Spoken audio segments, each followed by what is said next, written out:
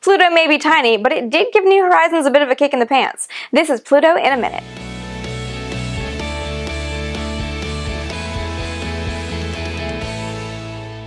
A sphere of influence is the area around a body in space in which anything inside that sphere is controlled more by that body's gravity than anything else. The gravity we feel on the Earth we express as 1g. Pluto, being much smaller, has a much weaker gravitational pull. It's only about 0.06 g's. So it would make sense that the Earth's sphere of influence is much bigger than Pluto's, right? Not so. You have to remember that the Sun's sphere of influence is absolutely massive, and it is the most dominating body in our solar system. The Sun's gravity actually stops the Earth's sphere of influence, properly called a Hill sphere, from getting too big. So although Pluto is less massive, it is far less dominated by the Sun's gravity, although it's obviously still in orbit around the Sun. Pluto's Hill sphere is actually more than 5 times larger than the Earth, and these spheres of influence do some really interesting things. Coming up on Encounter, the New Horizons spacecraft crossed into Pluto's sphere of influence around July 1st. Since that moment, Pluto has actually been accelerating New Horizons on its journey. When a spacecraft flies by a planet, it actually slows that planet's rotation just a little bit.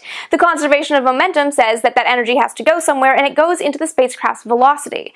Now, Pluto won't miss the energy that New Horizons took from it, but New Horizons will definitely notice the 13-mile-an-hour increase in speed that Pluto gave it. For more on Pluto, be sure to check out the New Horizons websites and tweet your questions using the hashtag PlutoFlyby. And of course, come back here tomorrow for more Pluto in a minute.